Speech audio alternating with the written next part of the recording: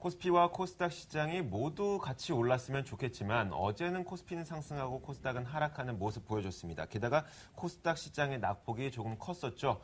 자, 오늘 시장 전망은 어떻게 될지 알아보도록 하겠습니다. 오늘은 우리투자증권 정우창 대리 연결돼 있습니다. 안녕하세요. 안녕하십니까?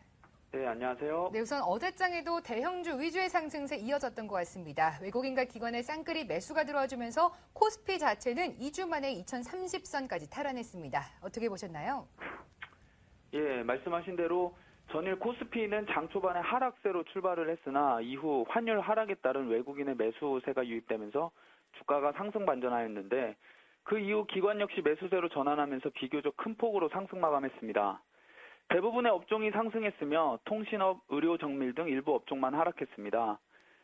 전기세 인상 소식에 한국전력이 큰 폭으로 상승했는데 그 영향으로 일부 철강이나 화학 업종이 상승폭이 둔화되거나 하락 전환하며 마감한 것이 특징이었습니다.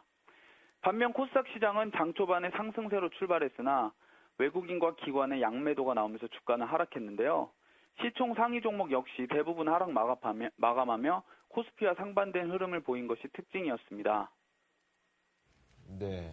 코스피 시장에서 대형주 중심의 상승이 보여졌고 코스닥 시장 하락했습니다. 사실 이런 모습 보이다 보니까 코스피 지수는 올랐다고 하지만 조금 작은 종목들을 들고 있는 개인 투자자분들은 사실 지수가 오른 영향은 거의 못 받고 오히려 불안감 그리고 걱정만 더 커진 상황이거든요. 오늘 시장 어떻게 펼쳐질까요? 예, 우선은 전일 미국 시장이 최근 상승에 대한 피로가 누적되면서 조정을 받았는데 3대 지수 모두 소폭 하락 마감했습니다. 금일 우리 시장도 해외 증시 영향을 받아 장 초반에는 약보합 수준으로 출발할 듯하고요.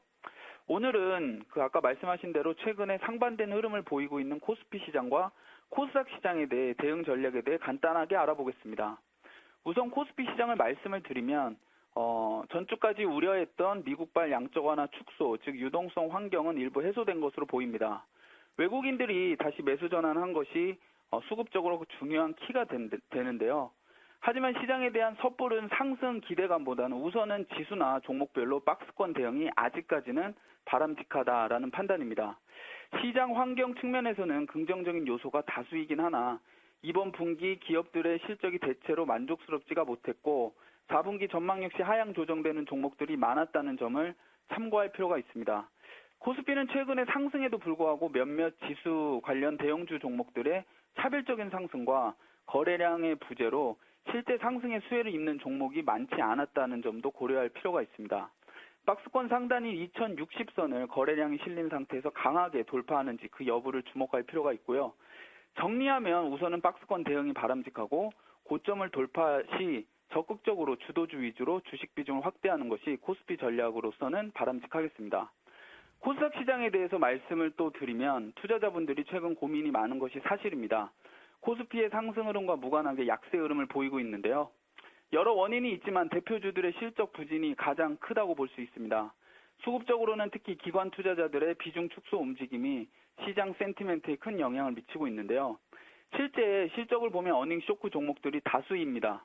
하지만 그 안에서도 호실적을 발표한 기업들도 있는데 그런 기업들까지 코스닥 하락 움직임에 맞춰 같이 하락한 것은 안타까운 일인데요. 시총의 큰 비중을 차지한 IT 부품주들의 경우 그 하락폭이 컸고 시장 하락을 주도하였는데 대표 기업들의 어닝 쇼크와 삼성전자 등 주 거래처의 단가인하 압박에 대한 시장의 우려가 크게 작용한 것으로 보입니다. IT 부품주들 관련해서는 단가인하 주 고객사의 전략 변경에 따른 거래처 변경 이슈 등 기관들이 꺼리는 요소가 많기 때문에 당분간은 다소 조심스럽게 대응할 필요가 있고요. 하지만 시간을 두고 태블릿 관련주들이나 실적이 양호한 종목들은 결국은 옥석 가리기가 되면서 차별화될 것으로 기대합니다. 반대로 자동차 부품주들은 최근 기관들의 매수가 선별적으로 들어오고 있고 실제 긍정적으로 보고 있는 관점이 많기 때문에 코스닥 중소형주 중에서는 우선적으로 관심을 가져야 되겠습니다. 특히 중국 매출 비중이 높거나 현대기아차를 벗어나 해외 납품처를 개척하고 있는 종목들에 대한 관심을 갖출 필요가 있습니다. 네, 우선 종목에 대한 힌트 좀 주셨습니다. 태블릿 PC 관련주, 자동차 부품주, 중국에서 매출이 또 실적이 견조한 종목들이라고 힌트 주셨는데 어떤 종목들일까요?